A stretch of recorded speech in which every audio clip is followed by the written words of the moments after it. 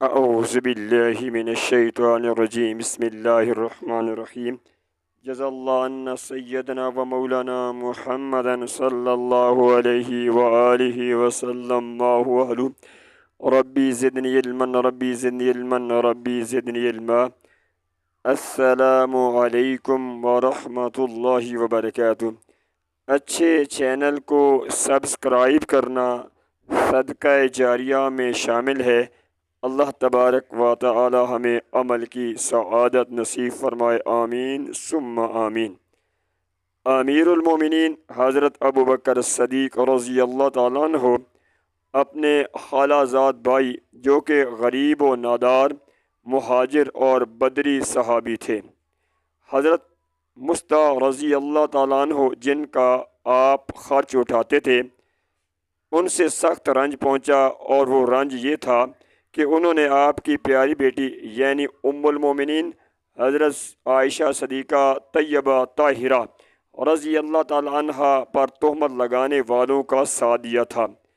اس پر صدیق اکبر رضی اللہ تعالیٰ عنہ نے حضرت مصطع بن امامہ رضی اللہ تعالیٰ عنہ کو خرچ نہ دینے کی قسم کھا لی، تو پارہ نمبر 18 سورہ نور کی آیت نمبر 22 نازل ہوئی، اور تم میں فضیلت والے اور مالی گنجائش والے یہ قسم نہ کھائیں کہ وہ رشتہ داروں اور مسکینوں اور اللہ کی راہ میں ہجرت کرنے والوں کو مال نہ دیں، اور انہیں چاہیے کہ معاف کر دیں اور درگزر کریں۔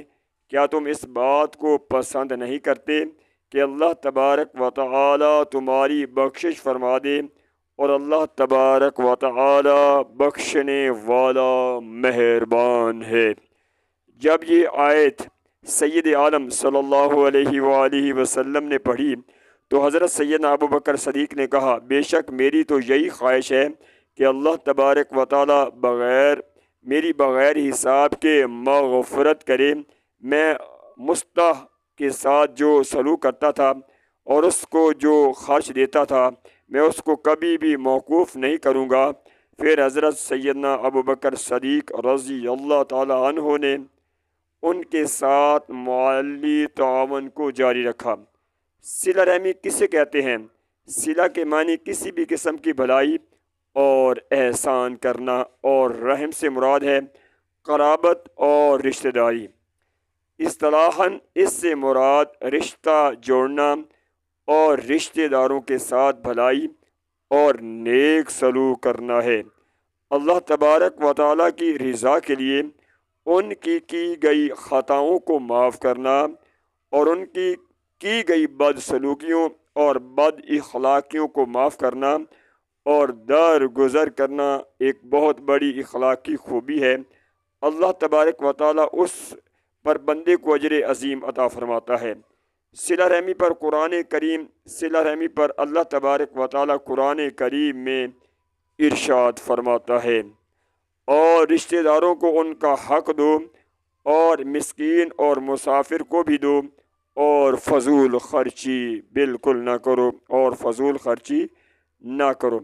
لہٰذا ان کے ساتھ صلح رحمی کرو، محبت سے پیش آؤ، ان کی خبر گیری کرو، جب بیمار ہو جائیں تو ان کی عیادت کے لیے جاؤ، ان کی خوشی غمی میں شامل ہو، اور موقع پر مدد کرو، اور ان سے حسن اخلاق سے پیش آؤ، اور اگر محرم میں سے ہوں اور محتاج ہو جائیں ان کا خرچہ اٹھانا یہ بھی ان کا حق ہے۔ جو رشتہ دار استطاعت رکھتے ہیں خرچ اٹھانے کی، بلکہ ہر صاحب استطاعت رشتہ دار پر لازم ہے محتاج رشتہ داروں کا خرچ اٹھانا۔ صلہ رحمی کے 10 فوائد۔ اللہ تبارک و تعالیٰ کی رضا حاصل ہوتی ہے، لوگوں کی خوشی کا سبب ہے، فرشتوں کو مسرت ہوتی ہے، مسلمان بھائی اس شخص کی تعریف کرتے ہیں جو ان کے ساتھ صلہ رحمی کرتا ہے، شیطان کو اس سے تکلیف ہوتی ہے، عمر بڑھتی ہے۔ صلہ رحمی کرنے سے انسان کی عمر بڑھتی ہے، رزق میں برکت پیدا ہوتی ہے، فوت شدہ آباء و اجداد خوش ہوتے ہیں، آپس میں محبت بڑھتی ہے۔